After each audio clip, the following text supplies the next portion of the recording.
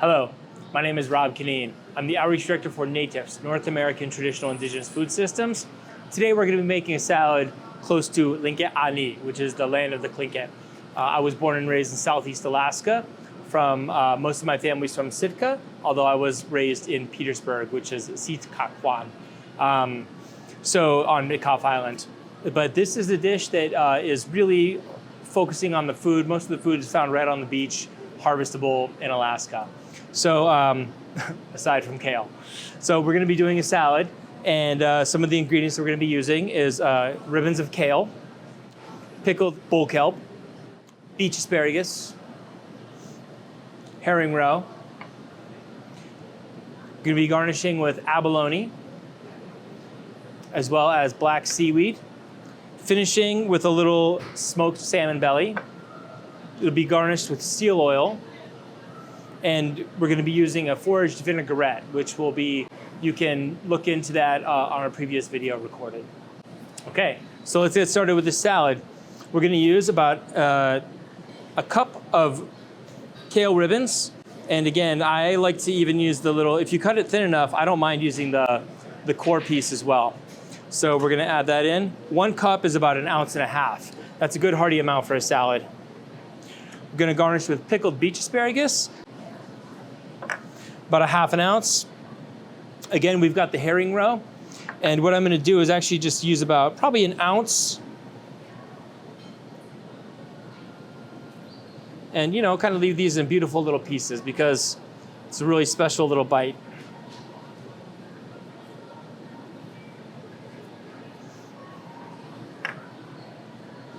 Let's call that a heavy ounce. Okay. Now with this, I'm going to add just a touch of salt, some of the foraged vinaigrette,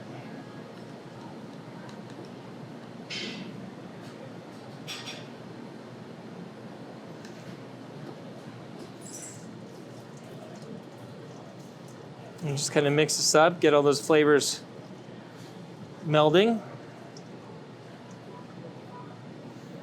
Okay, touch more vinaigrette. You want to make sure that you don't want to saturate it, but you want to see how like this glistens a little bit. I think you just want a little bit of that kind of profile, or that sight where you're looking at it and it looks like almost a little glassy or wet, but not saturated. So that's nice. So for plate up, I'm going to start with this, and this would be like an entree salad, or maybe for 2 people as an appetizer, depending. Again, like we had some abalone, so I took this, I cut it very thin, and I love the flavor of this, just super umami. And just put a little bit down here, cut it nice and thin, and that's a mollusk. Again, when you see these this is a little one, so you want to actually make sure these are about 4 inches when you harvest, 3.5 to 4 inches. But that's kind of what we're talking about, the abalone shell. I'm sure you've seen these before, but this is where it comes from. This I found on the beach and just thought it was beautiful, so I put it in my pocket. Okay, now we're going to add the salad.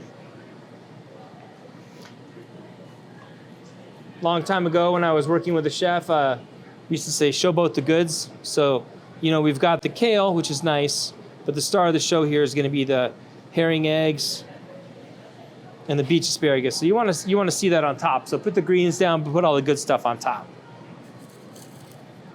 Going to finish with maybe just 1/4 ounce of this black seaweed, and I love the striking contrast of that.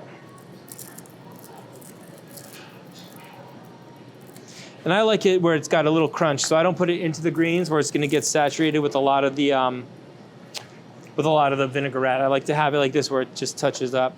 Now, or touches on there, and it creates that extra mouthfeel. Again, we've kind of got one of these salmon bellies. It's hot smoked, so this can come right out of the fridge or fridge.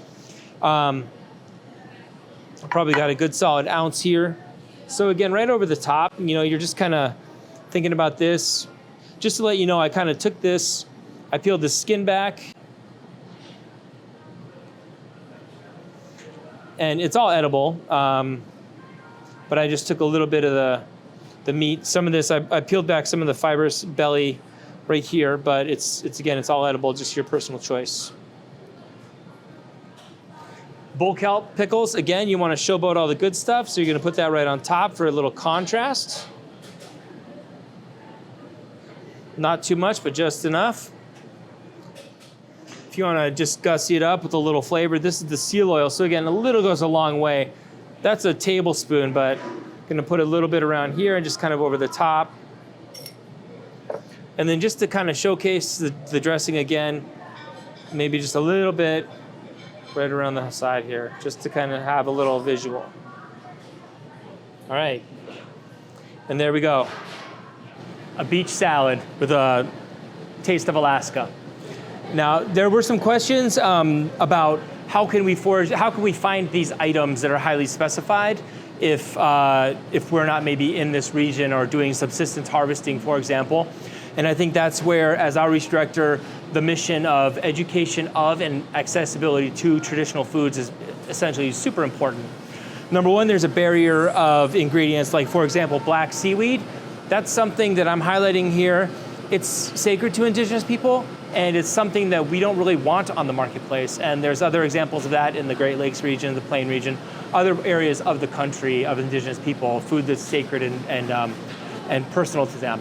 But in the event of that, you can use seaweed. You can buy dulse, which is commercially available, sea lettuce, wakame, beach asparagus, or glasswort. That's something this is pickled and it was foraged, but it's available commercially. It is a little esoteric and a little hard to find, although I have seen it in places around the country. Other ingredients, bull kelp, for example, that's something you can find online. Again, Barnacle Seafoods is a great area for that. This is harvested subsistence abalone from Alaska, but you can buy it farmed from Hawaii, for example. And that's just one quick example. It's going to be a little hunting and pecking. It's going to be a little looking around. And maybe you're from the middle of the United States and this isn't really what you should be eating. Maybe you can find things that are more local to your place and your palate. This is something that I think would be very accessible along the coast of, from Alaska on the west coast all the way down probably to California, with a variety of ingredients. But this is a piece of my story from my home from Alaska. So I think that's kind of the way that we should be addressing this. And I think first and foremost, make sure when you're buying your ingredients, you know where it's coming from, that it's been given from the narrative of indigenous people, not appropriated from indigenous people. And then also the quality and the integrity of the food. Like I said, a wild salmon versus something super processed. Making sure you're buying seaweed from an ethical source, and there are places online and things that and that's part of our job as well, is cultivating these relationships to create the marketplace, to create the accessibility point, to make it more of a day-to-day occurrence versus an esoteric kind of food that you kind of is a shock and awe or something like that. This is traditional, beautiful food from Alaska, so it's not meant to make anybody freak out or wonder, what's going on. Things like seal oil, I know that's harvested, and traditionally speaking, I know in Alaska there's a USDA processing facility, but it's used for indigenous people, for indigenous community, whether that be a wedding, a funeral, a gathering, locally speaking, in the circumpolar region of Alaska. And then other areas like Canada, they do harvest it and they ethically use it, but it's not really commercially or personally available in the United States. So those are other stories to be told. Thank you very much, and please enjoy.